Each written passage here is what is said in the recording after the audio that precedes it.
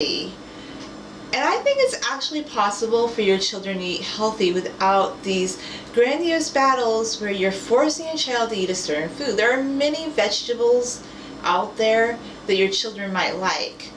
And there are ways that you can kind of make it to where they would like it. Like you could make smoothie bowls, or you could put some spinach in like a fruit smoothie. There are ways to get children to eat greens. However, a lot of the stories that I'm hearing about the picky eaters, and I just think about my own experience, because my parents were vegan until I was 5, and then around the age of 5 they wanted me to start drinking milk and eating cheese, but I didn't want to eat those things because I had been vegan and I didn't like the flavor or the texture. That was one food I never liked.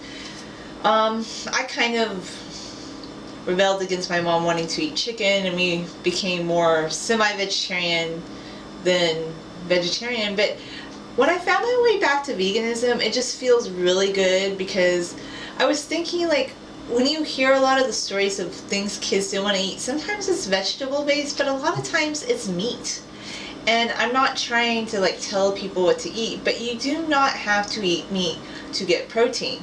There are actually people that go around on YouTube, they get, as much as the really hardcore vegans might offend people, I think there's two camps and a bigger one. Like the people who eat meat, they will perpetuate the myth that you can't get protein without meat, and they will say you need free-range meat to get your protein. And I actually made a comment back. I said, actually, that's not true. Like, you can get a serving of protein in peanut butter. You can get a serving of protein in a bean burrito, kale. There are so many veggie options that taste delicious. And I have to be honest, I love to eat a nice large portion of food, and one of the reasons I have loved being vegan again, where I'm eating less bread. Well, bread is one component. Like, I can't eat copious amounts of bread without, putting on weight. But I can eat potatoes, I can eat bananas, I can eat many other natural like carbs and many different things, and it's so delicious and yummy. And I'm not trying to say convert your children to being vegan, but there's something to be said for like a plant-based diet. And if you're trying to make your children eat different types of meat, maybe they don't want to. Like, I remember another video I just saw as a snippet where this child was what you call, she was very I think alien beige foods like applesauce and peanut butter, and the parents were really upset because she didn't want to eat a pepperoni pizza and she didn't eat meat. And I just thought that story was kind of sad. Like, with the nutritionists, even they didn't even think for a second, well, there was a way they could expand that child's repertoire to have some healthier foods that didn't include meat. It's like the ultimate dream was for her to eat pizza. And I used to love pizza, but I didn't ever love the cheese on it. But when you think about it, like, from a health standpoint, is it good to like want kids to eat copious amounts of pizza? And was it so horrible if she just wanted to eat some apples with peanut butter? If it was natural peanut butter and apples, that was a healthy snack. And it just seems like there's a lot of like push to eat like meat portions, and it kind of reminds me of Mommy Dearest, where Joan Crawford made Christina eat the raw steak. And there are still parents today who are they still believe that they have to make their children eat meat to get their nutrition, which just isn't accurate. It's not true. And here's the thing, maybe you want to be a meat eater. I don't want to kill animals.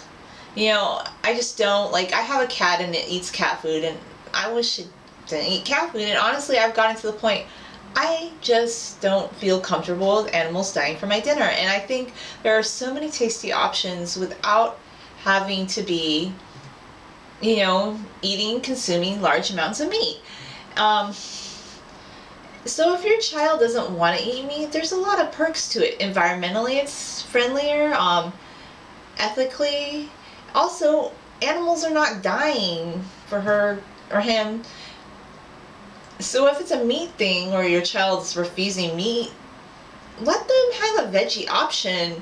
And maybe for you guys too, like, have you guys thought about maybe like having more plant-based options? People think that vegetarian and vegan diets are so expensive, but that's really not true. It's the way that people do it. Like, for instance, if you eat lentils and rice, that's one of the cheapest dishes on earth. It is cheaper than top ramen, which is not even healthy. But you can make lentils and rice, which you could put almost no salt in or just a little, add some spinach or kale, and it's so healthy, and it's a one-pot meal. It's delicious. It has protein, carbs, and everything. There can be overcome, like if you have more vegetables in the house.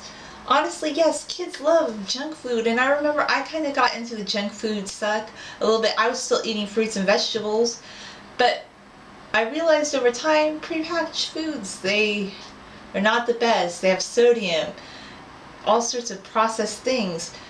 But as a family, your child could eat healthy, and if your battles are the child doesn't want to eat meat for dinner, maybe you should consider letting the child be a vegetarian or eating less meat, or maybe your family eating less meat. And I'm not trying to convert people to vegetarianism, but I just find it funny because there's actually a study showing that when a child was forced to eat a certain food as an adult, they went back to eating how they wanted. And it's funny, a lot of the people that have been commenting on vegan videos, one of the things that seems to turn people vegan was a parent forcing them to eat meat as a child. Isn't that interesting? I mean, there's also vegetables, but I don't hear as many people having aversions to fruit. It just seems more like the strong aversions that you hear a lot are like a certain type of meat, or maybe like a dairy thing. Sometimes a vegetable too, but maybe that's just my bias. Because there's a lot of vegetables. If a child doesn't like one particular vegetable, you can always swap it out with the other. But don't force a child to eat meat if they don't want to.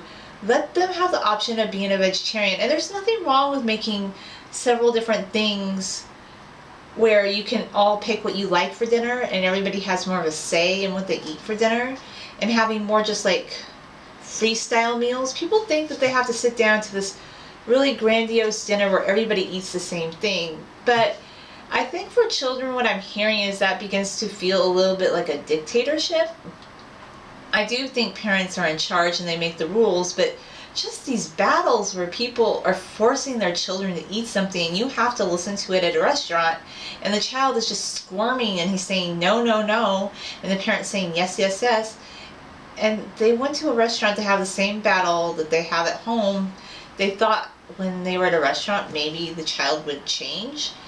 But I think a lot of times pick and choose your battles. Like sometimes a parent could find another vegetable that's just as healthy, or they could find a way to incorporate the vegetable the child doesn't like in a smoothie or something. Like with spinach, you could put spinach in a smoothie and your child could consume a cup of raw spinach in a fruit smoothie without even knowing, because they're not going to taste it. And you can use berries to brighten it up. There's things you can do to make your children more adventurous in the fruit and vegetables arena. And honestly, if it's a meat option and you're forcing that on a child, maybe there's a reason that they don't want to eat it. It's not something everybody wants to eat.